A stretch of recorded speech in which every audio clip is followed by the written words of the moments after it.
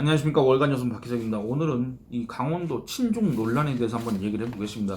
이 강원도 친중 논란이 어디서 시작됐습니까? 지금 최근에 이 차이나타운, 강원도 춘천시 외곽에다가 차이나타운을 만들려고 한다, 이런 국민청원이 올라오면서 시작된 거 아닙니까? 그런데 이게 논란이 되자 강원도, 그리고 강원도지사 최문순, 그리고 이 해당 사업을 추진하려고 했던 코오롱 글로벌, 이 측에서 뭐라 그랬냐? 차이나타운 아니다, 이런 식으로 주장을 했습니다. 여러분들 차이나타운 뭐라고 생각하십니까? 이 사람들은 이렇게 얘기합니다. 중국인들이 들어와서 살아야 차이나타운이다, 직접 거주해야 차이나타운이다, 이렇게 얘기합니다. 근데 저를 비롯한 우리 국민 대다수는 그렇게 생각하지 않습니다. 중국인 돈에 의해서, 중국 자본에 예속된 그걸 갖다 차이나타운이라고 합니다. 중국인 관광객들이 그 지역을 갖다 사실상 점유를 하는 그런 것들을 갖다가 우리가 차이나타운이라 하지 않습니까? 예를 들어서 한국인이 운영한다고 하더라도 중국 음식을 팔면 그 집은 우리가 중국집이라 하지 않습니까? 그거하고 똑같은 겁니다. 여기는 중국 문화가 있고 중국 문화가 주류이고 중국인 관광객들이 여기에서 몰려다니고 중국 돈이 의해서 우리 기업들이 움직이고 우리 국민들을 고용하고 이런 거 다 차이나타운 아닙니까? 중국인들이 우리 국민보다 우리 땅에서 우위에 있는 그 지역이 차이나타운이라고 할 수 있는 거 아닙니까? 중국인들이 살고 안 살고가 뭐가 그래 중요합니까?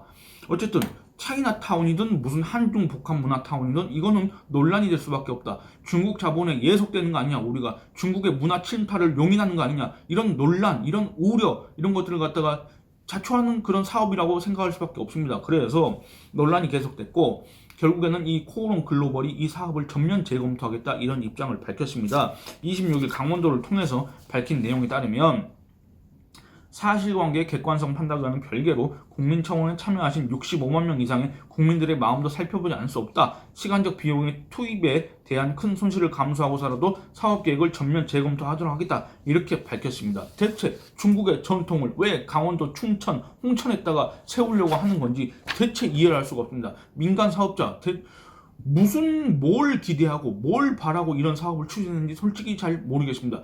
중국인들이 왜 중국 전통 문화를 한국에 와서 그걸 구경하고 관광을 하러 다닙니까? 왜 돈을 씁니까? 중국에 널렸을 텐데, 안 그렇습니까? 대체 무슨 사업입니까? 정체를 모르겠습니다. 어쨌든 이 사업 전면 재검토하겠다고 하니까 일단 이거는 일단락 된 것 같긴 한데, 이 외에도 강원도에서 논란이 될 수 있는 사업은 부지기수입니다. 강원도 양양에다가 무슨 조선족들을 모아놓은 마을을 조성하겠다, 뭐 어디 정동진에다가 무슨 뭘 또 만들겠다, 뭐 부지기수입니다. 앞으로 이게 추진되면 추진될수록 논란이 될 수밖에 없습니다. 이거에 대해서는 제가 따로 말씀드리도록 하겠습니다. 오늘 제가 얘기하고 싶은 거는 이 강원도 의회에서 나온 얘기, 그리고 요거에 대해서 강원도 글로벌 통상 투자 국장, 이 사람이 또 화답을 한 내용, 요거에 대해서 말씀드리려고 합니다. 뭐냐면 강원도의원이 중국인 관광객들을 끌어들이기 위해서 6.25 전쟁 당시에 전사했던 중국군을 위로하자, 그런 시설, 공간을 만들자, 그래서 중국인 관광객을 끌어오자, 이게 바로 스토리텔링이다, 이런 식으로 얘기했던,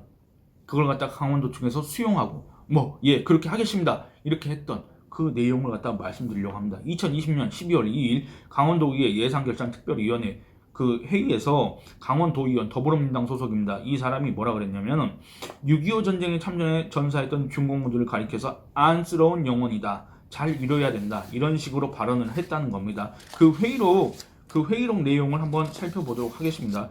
이 사람이 뭐라 그랬냐면 중국 관광객이 정말 중요하다면 중국과 무엇을 연결시킴으로써 이 사람들이 우리하고 조금 더 친화적인 오히려 화천에 많은 중국군들이 와서 사망하지 않았습니까? 이거는 그 강원도 화천에 가시면 파로 있지 않습니까? 우리가 중국 오랑캐를 갖다가 물리쳤다, 이렇게 해가지고 명명한 그 파로, 그걸 얘기하는 것 같습니다. 사망하지 않았습니까? 제3국에 와서 싸움에 와서 죽은 거예요. 영혼이라든지 이런 것들 우리가 잘 위로한다든지 이런 것이 여행이 될 수 있겠죠. 거기는 이미 스토리가 있으니까요. 옛날에는 적군이었지만 지금은 정말 한없이 안쓰러운 영혼들이거든요. 그러니까 그런 것이면 모르겠지만 지금처럼 가장 최신식 형태의 자재를 이용해서 그런 타운을 형성한다는 것은 과연? 이라는 생각이 정말 들고요, 라고 얘기를 합니다. 그랬더니 글로벌 투자 통상국장 강원도 공무원입니다. 이 사람이 뭐냐고 하면 지금 위원님 말씀하신 83년도에 중국 민항기가 캠프 페이지에 불시착했었는데 그 상황하고 또 화천에 상감령 전투라고 분명히 얘기했습니다. 이런 부분들이 중국에서 상감령 전투 같은 경우는 영화로도 많이 만들어지고, 그래서 사실은 한중 복합 문화타운에 저희가 이런 것도 같이 담아서 하겠다는 내용입니다. 그러니까 이렇게 얘기를 합니다. 그랬더니 강원도의원. 그러니까 8.55에 그런 것이든 중공군의 그런 것이든 바로 여기이기 때문에 여기를 들렀다 가는 것이 의미가 있고 8.55를 들러서 위로하는 것이 의미가 있는 것이지 복합문화타운의 그 모든 것을 모아놨다고 해서 의미가 있지는 않습니다. 의식을 조금 더 전향적으로 생각을 다시 해주셨으면 좋겠습니다. 지금 더 답변을 들을 시간은 아닌 것 같습니다. 이렇게 얘기하고 마무리를 짓습니다. 이 강원도의원이 상감령 전투, 그러니까 저격 능선 전투라고 있습니다. 이걸 얘기를 했고 이걸 갖다가 강원도 글로벌 투자 통상국장은 상감령 전투라고 얘기를 했습니다. 이 상감령 전투를 영화로 중국에서 많이 만들었는데 이 내용을 애초에 지으려고 했던 한중 복합 문화타운에다가 담겠다 이렇게 얘기를 했습니다. 이거 어마어마한 문제가 있는 내용입니다. 왜냐하면 이 상감령 전투라는 것은 중국 측에서 표현하는 그 표현입니다. 우리는 저격 능선 전투라고 합니다. 이 상감령 전투와 저격 능선 전투 뭐 다 전투 아니냐 이렇게 얘기하실 수도 있지만 분명한 차이가 있습니다. 뭐냐면 우리가 6.25 전쟁이라고 하지 않습니까? 중국은 이걸 갖다가 뭐라 그럽니까? 항미 원조 전쟁이라고 그럽니다. 항미 원조. 미국에 대항해서 조선을 도왔다. 그 전쟁이라고 합니다. 이렇게 강변합니다. 이거 얼마나 궤변입니까? 얼마나 억지입니까?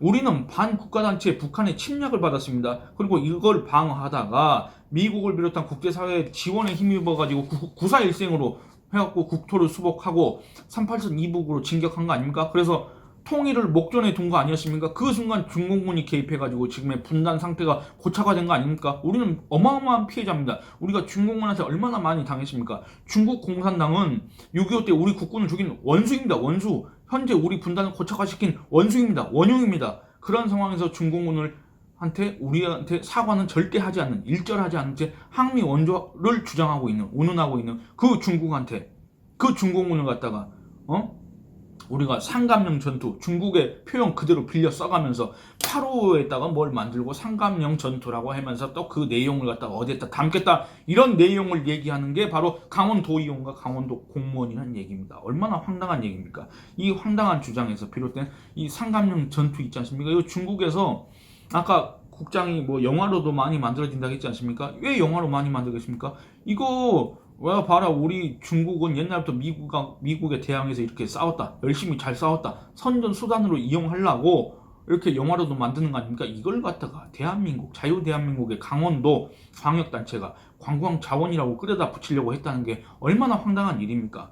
안쓰러운 영혼들을 위로하자고 8.55를 들러서 위로하자고 거기에 중국인 관광객들을 끌어모으자고 이게 논란이 되자 해당 도의원은 이렇게 얘기합니다. 다크 투어리즘이다 이렇게 주장을 했습니다. 다크 투어리즘이란 뭐냐면 뭔가 잔악한 참상이 벌어졌던 그런 현장, 그런 장소를 찾아서 하는 여행 이런 것들을 갖다 얘기합니다. 예를 들어서 우리가 뭐 아우슈비츠, 그 다음에 캄보디아 뭐 킬링필드 이런 거 있지 않습니까? 이걸 갖다 다크 투어리즘이라고 하는데 뭐 좀 유행한다 싶으면 여기저기 다 끌어다 갖다 붙이는 거 이거 정말 솔직히 좀 꼴보기 싫습니다. AI가 인기니까 뭐 여기저기서 또 AI가 어쩌고 저쩌고 인공지능 어쩌고 저쩌고 이렇게 하지 않습니까? 그런 것처럼 역사적 의미와 현재 국제관계, 국민 정서 등은 전혀 고려하지 않은 채 그냥 무조건 다크 투어리즘 하면서 무슨 8.55에다가 뭐 중공군을 위로하는 시설을 만들자 이런 얘기하는 게 이게 말이 됩니까? 이게 무슨 설득력이 있습니까? 정말 기가 찹니다. 돈을 벌기 위해서는 중국인들을 끌어모으기 위해서는 우리 대한민국을 사실상 부정하는 우리를 없애려고 했던